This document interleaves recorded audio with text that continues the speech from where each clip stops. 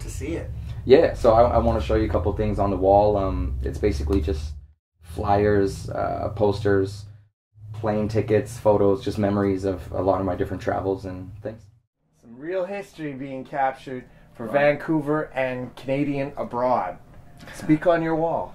Yeah, so we chilling in my office right now, and I filled a lot of it with old flyers and posters and just stuff from over the years, and my cassette tape collection, old Nintendo games, just different stuff like that. So on this wall here first, we got kind of the Monday Night Live shrine.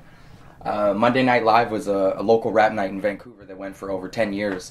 Kind of handed off from different promoters to different promoter. And I ended up with it for a couple years myself, putting it on, and there was a lot of legendary shows every Monday for 2 years. So that's a lot of those flyers and stuff.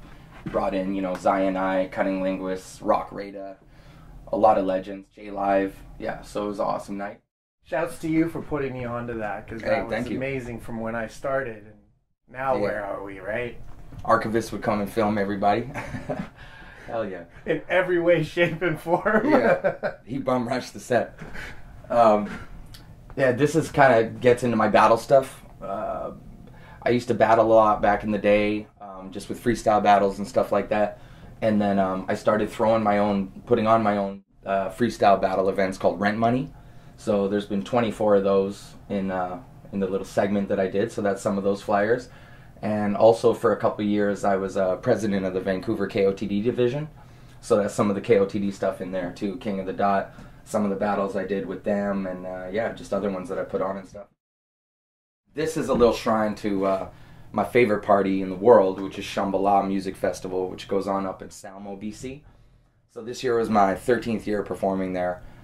It's just insane, there's like 7 or 8 different stages. It's right along a river. The party's 5 days long. So you got to get your party hat on. It's just amazing. So that's my little shrine to that there. And it moves into kind of a Fourth World section, which was my first rap group I was in, Fourth World Occupants. And as great memories in my life, and really some of the era of where I learned how to rap and stuff like that. All the way to the Cellar. Yeah, exactly. That's where I did my first show, was at the Jazz Cellar. So yeah, that's kind of the Fourth World there, and then it goes into Europe. I got plane tickets and different stuff from Iceland and Sweden and England and Germany, Romania, Hungary, Austria, the different places I've gone out there and stuff. Lots of shows with Matt the Alien, and then I did a trip out there with Siphon X as well, Versus and Yan Zombie, that was really dope, and Diggs. Yeah. This side, kind of just more random ones again. This was a huge one I did with Alien out in Miami. We did the Ultra Music Festival, and we did the Winter Music Conference. See, we're on the lineup. Carl Cox and all these big house cats. There was these are all different stages, right? So that one. These are old raves. My cousin Dave, Aggro Dave, he used to put on these awesome parties back in the day. He's the one who first got me into electronic music. He started throwing jungle parties and stuff, and it was really underground. It reminded me of hip-hop, but it was a lot faster. 12th Avenue style. Yeah, so, he threw parties at, in underground warehouses. Sometimes it'd be a secret location the night of. He used this place called the Spanish Cultural Center a lot. There were some legendary parties there. So, yeah, that's a lot of the flyers from that and stuff. That's from Under Pressure Graffiti Festival that I did out in Montreal, which every year pretty much they repaint 2 or 3 blocks of the whole city, and it's just insane. Every building's covered in graffiti, dope writers from all over the world. Yeah. Any moments from that, for the Under Pressure Festival that you've been involved with, different writers? I was rolling with my boy C's there, and he's a b-boy. He lives out in Brooklyn now, and he goes to school out there. He had beef with some b-boys, so they saw us walking down the street, and then they wanted to battle. It was 10 dudes. So he's like, yo, let's do this. So he starts battle topping, and I do too. I'm an old school b-boy myself. So, basically I had to battle 10 dudes on the bricks in the dirty fucking streets of Montreal. It wasn't my beef or nothing. I was like, fuck, I haven't breakdanced in a while. But yeah, it was dope. Me and C's threw down. Yeah, it's the Archivist, y'all. Exclusively interviewing Emotionz. Yeah, how you doing, man? Pleasure to be with you. It's been many years in the making. Yes, sir. And who is Emotionz? Emotionz is a beatboxer, MC, songwriter, dancer, manager, musical type dude from Vancouver, BC. I travel around and do those things. And history in rap. Hip-hop since the mid-90s, going to NYC, Europe, and the Jazz Cellar. Basically, my first show here in Vancouver was at the Jazz Cellar, which is in Kitsilano. And that was in 1997, I think. So yeah, since then, man, a lot of countries around the world, and kind of it started from Vancouver, you know, and since then I did hundreds of shows before I ever left Vancouver to play other places, right? Went quite a few places within BC and Canada before I went abroad and stuff like that. And still my biggest market is probably Canada too, so I'm still always traveling. And working with DJ Quick in LA. Yeah. I signed a deal with DreamWorks Records and got the opportunity to work with Quick out there and a couple really amazing musicians. Jesse Johnson, he was part of Morris Day in the time. And yeah, I got to kick it with, Sugar Free and just a bunch of crazy characters out there. And yeah, it was awesome. It was a great learning process too, working in big rooms and with different personalities and learning a lot about the music industry itself too. And Naps, Fourth World, other crews, members of the collective, and then Macklemore. Yeah. So back in the day I grew up rapping with my crew here at Fourth World, but we had our homies called Elevated Elements in Seattle, which was Macklemore's group. And we knew them through Lace Cadence, who was a close friend of my rap partner Deps's. So we all came together, actually. There was a concert in Bellingham, so we all met there. It was Farside and Souls of Mischief. And they came out on stage and said, we're going to start a super crew together called the Mighty Python. And we were like, damn, like they're all going to posse up? And I don't think it ever happened. But we were like, well, yo, we got to do the same thing, kind of, So we possed up. It was like Elevated Elements, Fourth World, and then, a few other people, Zest Nomis in Victoria, A-Sun, a couple other people in Seattle. So yeah, it was a really cool collective, and we did that for a couple of years, and that's where a lot of our rap styles, like that Northwest, kind of like that Nap style, branched from.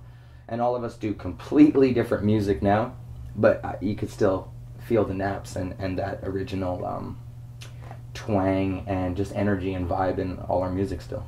And then UCG and RIP, Salvation Army, NBA. Yeah, a lot of old school crews. So we kind of just, each neighborhood had certain people who, we thought were cool or whatever, different cities or towns, so we would throw them down in like the bigger collectives, My boy BMO was in Kamloops, so we were like, okay, you're UCG, like hold down your crew over there. On the island, they were RIP crew and stuff like that. So Zest kind of took care of it out there. So yeah, it was a big collective. And Genetics, aka Danny and Lizzie, the start to now. Yeah, so Danny and Lizzie are my younger sisters. Super talented people. They just excel in like every art form, even aside from music. They're just crazy at building stuff and drawing and painting and sculpture and whatever, building websites, whatever. And then musically, same thing, like every genre. They've really, the last 2-3 years, came into being big songwriters, opposed to just rappers or singer. And they kind of go into whatever they're working on. They've written like full country albums for artists. And, they come from a rap R&B place, so that's kind of what their music's like. And then they have contemporary songs, they have ballads, like everything. So it's really cool. And about 2 months ago now, my sister Lizzie wrote and performed a song called Dancing in the Sky, which went completely viral. And yeah, it really opened people's eyes to how much talent they have and what's going on over there. So it'll be interesting to see in the next little bit where it goes. And then for you, what have you done with them from that? Like, you've been very heavily involved with what they're doing? Yeah, well, I was already. There's just a lot more things to do now, So, yeah, I've always kind of been around since they were 12, 13, doing hip-hop together and learning off each other and stuff like that. Because a lot of the time, they excel in things fast. I end up learning off them, With all this, I've been on kind of, helping on the management team and just with consulting, trying to put good stuff in their ear and keeping good people around, keeping the right producers, keeping the right label people, publicists, publishing companies, managers, lawyers, all that kind of stuff. And a lot of people have advice for them, so we just try to sift through it and listen to the right advice. And then after the 1 million views, meeting Tech9. Yeah, that was dope. Archivist for bringing me down there and meeting up with Tech. That was sick, man. And you got the shout out for Danny and Lizzie too from him, so that was sick. Good look. Hey, that's how I do it. Family first. And Stylus Beats from the Kush album and working with Fish Fillet. What happened? So, yeah, Stylist, he's killing it right now, man. He just put out that new album, Rip Your Fucking Sleeves Off. And it's one of the best EDM albums I've heard, probably ever, when I think about it. I was going to say in the last few years, but it's crazy. Beginning to end, you can listen to the whole thing. They're real songs. They're made musically. It's not computer music, but at the same time, it's crazy bass, and he's got some wicked features on there. We did a song together called Maybe I'm Dreamin', which just got a video cut for it live at Shambhala and stuff like that, so you can check that out on YouTube. And big ups to Stylus, man. That's my man. One of the sickest producers, and he's living out in San Fran now, and got his studio and his home base set up there, so super excited. And then with Fish Fillet, know about the album? The old school one? Yeah. Yeah, so Fish Fillet, he's a rapper from CVE, as you know, Project Blowed in LA. And he was living out in Fresno, a few years ago, so we ended up linking up online, just feeling each other's music, sending beats and stuff like that. And then, just doing pretty much, 30 or 40 songs together. So it was really cool. I got to go out to Cali, work with him there. He came to Canada a couple times, and we did shows and recorded out here, so it was really dope. And Fish was one of the, for sure, one of the rappers that influenced me with, chopping and double time stuff and just rap in general. And, AC Alone, Ab Rude, Micah 9, that whole movement of Project Blowed. So he was the first one of them that I got to work with in depth. I'd traveled with Ab Rude before and stuff like that, but we didn't make a lot of music. But with Fish, we really got to go in on some stuff, and it was sick, just getting to style with some people I really looked up to. In the future, when do you think we'll be able to hear that? Me and Fish got some new ones cooking up, so you could come to my house and I'll show you some archives. You can hear some oldies, but for me and Fish, I think this year for sure, man. We're really gonna put out some new ones. There's not a lot of cats that both of us rap with, I think, who can keep up with each other still. We're pretty fast, and we love working together. He pushes me to do totally different shit than I would be doing, and I think the same way around. So it's a good mix. Excellent. And DJing and Shambhala. Yeah. So I've been DJing a long time. I used to be part of a turntablist crew, like in the 90s, I think we started. It was called Children of the Matrix. So we were based around like Transformers, and the Transformers that turned into little cassette tapes, we each had one, and we'd wear it around our chest and stuff like that. So I've been DJing for a long time, but I was never really seriously into it. I was way more into graffiti, breakdancing, and rapping, and beatboxing, and other ventures and shit, So it was always something that was there. And even before I ever touched a table, my whole life I made mixtapes that would fly, and my friends would dub them off me and shit like that, and I'd make people in school mixtapes. So I was, my mind, I was DJing for a long time, but never took it seriously. And then, the last 3-4 years, I've just got back on the decks and started spinning and started playing out, doing a couple nights. I do a soul night called Soul Food with DJ Koner, which is every second Sunday at Falconetti's on Commercial Drive. And that's really dope. We just get to play Dilla and Marvin Gaye and Curtis Mayfield and Latino music and just tight shit. And also, I got into, I'm throwing a monthly down at Venue that's called Collab. So that's been really cool. Bringing out kind of big name states, rap artists or hip hop artists, and then trying to book the dopest of the local acts too, Yeah, Souls of Mischief, monumental. Yeah, so we had Souls of Mischief, we've had Cormega, we had Farside, we've had Smith & Wesson, we had Pharaoh Monch, MOP, J Live. It's been really cool, and we got some great ones coming up too, so really excited. Excellent. And you can do all elements of the hip hop culture. I do all elements of hip hop. Like me and my crew, now we call ourselves Sound Vibe, but it used to be Fresh Coast. But it's forever changing. We always have new people. Some people fade out, whatever, right? But the era of hip hop and the group of people in hip hop that I come from, we learned it as a language. So you had to know how to speak it. You had to know how to dance it. You had to know how to write it. You had to know how to live it. You had to know how to fucking rap it, beatbox it, produce it. So I think anything that we do has a real hip hop vibe to it. I'm far from a master at all the things within hip hop. I actually wouldn't say I'm a master of any of them, but I am one of the rare people, I guess, around that does dabble in every part of hip hop. I still break dance. I still do graffiti. I beatbox. I DJ. I rap. I do all that stuff. And then beyond that, I do a lot of the behind the scenes stuff, talent development, bookings with artists and things like that too. And I dabble in production, and I'm getting more into that also. I was just blown away when I first met you, because when I first seen all the elements that you could do, it just blew me away. That's why I said at the largest level. Because, yeah. From being from Vancouver, I wouldn't even see that. Yeah, thank you. So basically, that's what I'm saying. It's like not trying to figure out one thing. I was like, what is this hip hop culture? What is this language? How do you live it? How do you speak it? And really put myself into it. And I think that's why a lot of it came naturally. Or like, throwing a kid in water before they can swim. Kind of like that. If you're in the middle of hip-hop and you're in battles and you're in the moment and you're da-da-da, you gotta learn it quick, right? So when I was a youngin', that's how I came up. And then within that, figuring out the things I like and pursuing them. And workshops for the youth, Epic Times, and creating your own hip-hop workshop. Yeah, so I've been, same thing. Those elements and that hip-hop culture that I learned and the songwriting skills or dancing or whatever, I've been passing on to the youth the last few years and doing some really cool workshops. There's a theater workshop called Bold School, which has been great with kids. And me and my boy Shinji Kian, we did some really great workshops. It was awesome. We went up to Nishka, which is at the top of BC. It's like an hour from Alaska.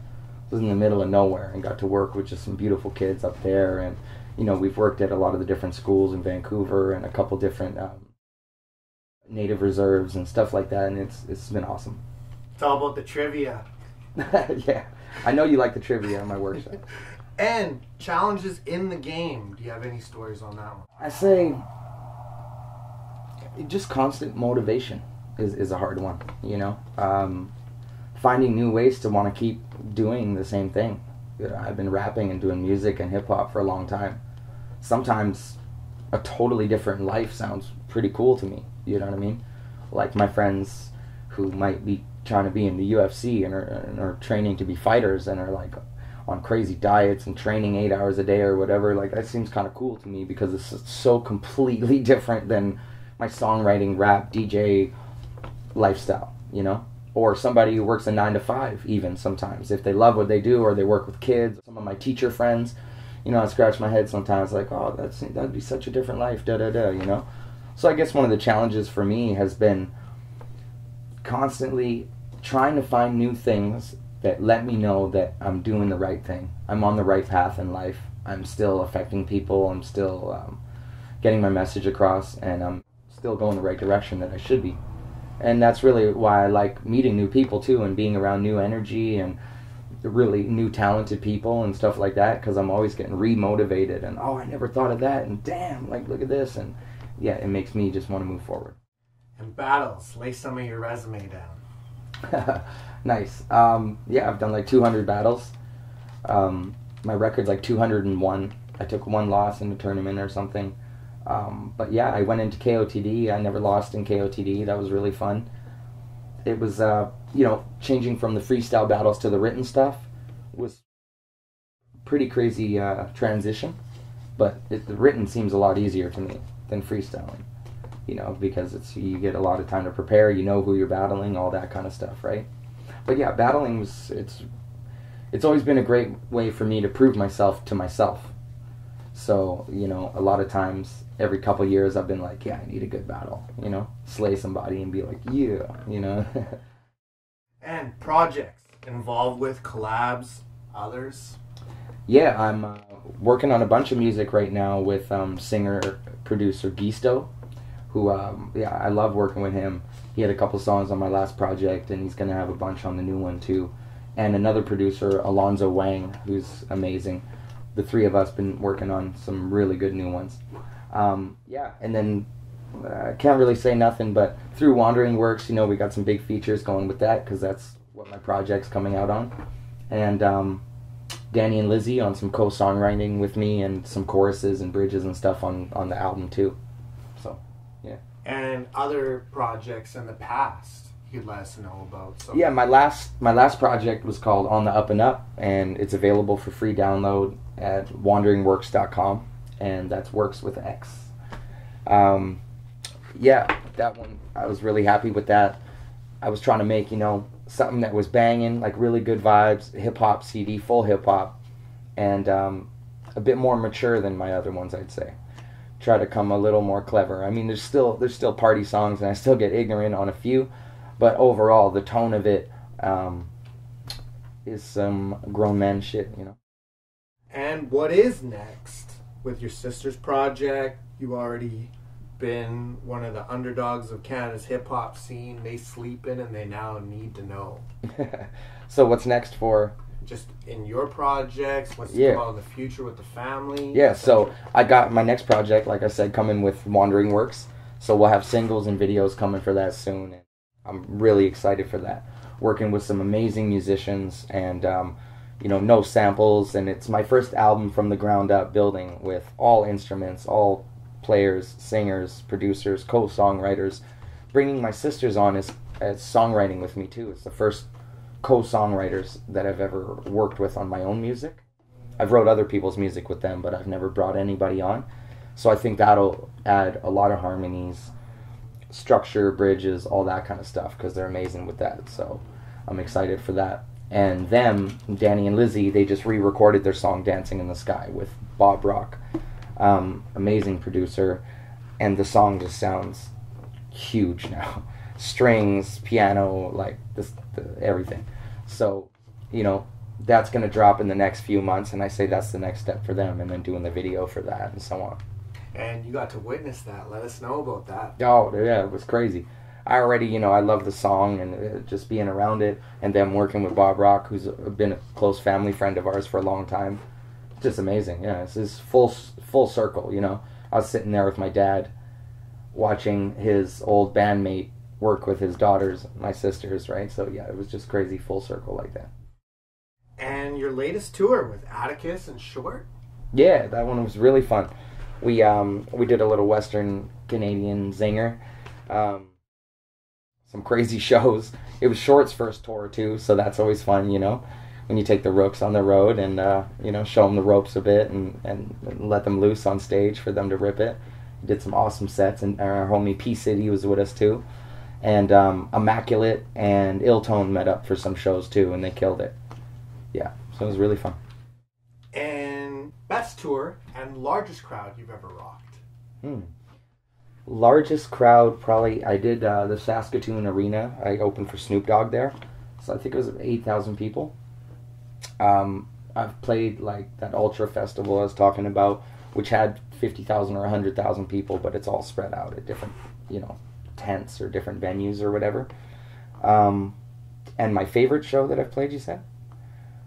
Or favorite tour, you said? I think my favorite tour, it's hard to say. They're all so different and they're all so awesome. But my favorite one might be my one with Matt the Alien and artist named Perfect Combination, Jimbo. It was so sick. We went through 9 countries out in Europe, drum and bass tour, and it was just crazy. We're going through Iceland and Austria and all these different random places, and it was just I'd never seen anything like that. The architecture, the different languages, the different food, the culture, and you know, Matt and Jimbo are the coolest dudes, you know. So that, to me, in my mind, that's one of the ones that sticks out for sure. And any European experiences that you had when you were on tour are just life changing?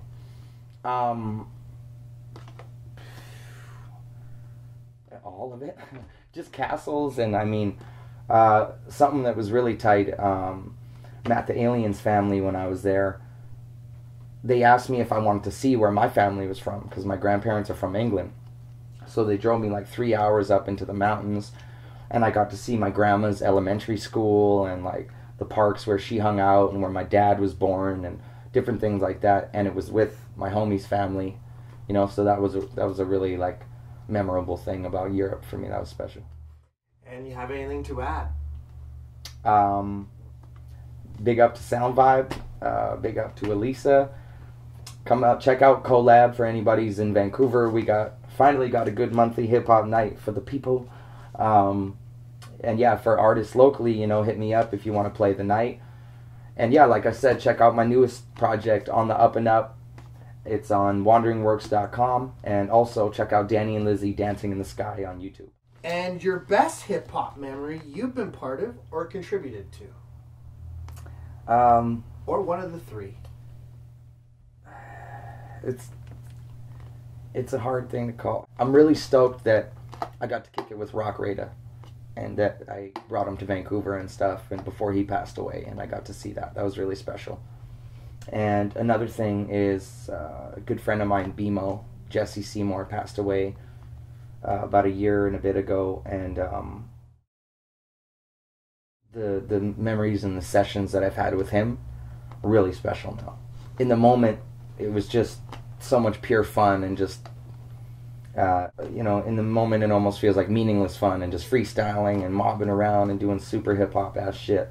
But now those are just some like super solidified good memories to me of hip-hop and learning hip-hop and stuff like that. And you have anything to say to your fans worldwide and to America? Yeah. My best music is coming. Yeah, I've been really getting into a songwriting zone, trying to write bigger music and write in a broader perspective and just sharpening my skills. So I really feel like my best music I've ever made is about to come out real soon. Very musical, very lyrical, and me just emanating my soul through the music. And you got any shouts? Yeah, shout outs to the whole Sound Vibe collective. And all my people worldwide, the Flavor Blue out in Seattle, Macklemore, my man Lace Cadence, everybody in Europe, all my homies on the East Coast. Emotionz. And shouts to Emotionz for the pre-invite of being a part of history here and just working and building with you throughout the years to where I'm at today, and Danny and Lizzie. And this is the Archivist, and you already know the name, y'all. Yeah, and thank you, Archivist. I've seen you come up through a lot of stuff, you know what I mean? And it's been a long time, like, working together and always chatting about doing interviews and stuff. And I've seen you work your way up in the ranks and get better at what you do. So, real recognize real. Keep doing you. Awesome. Show.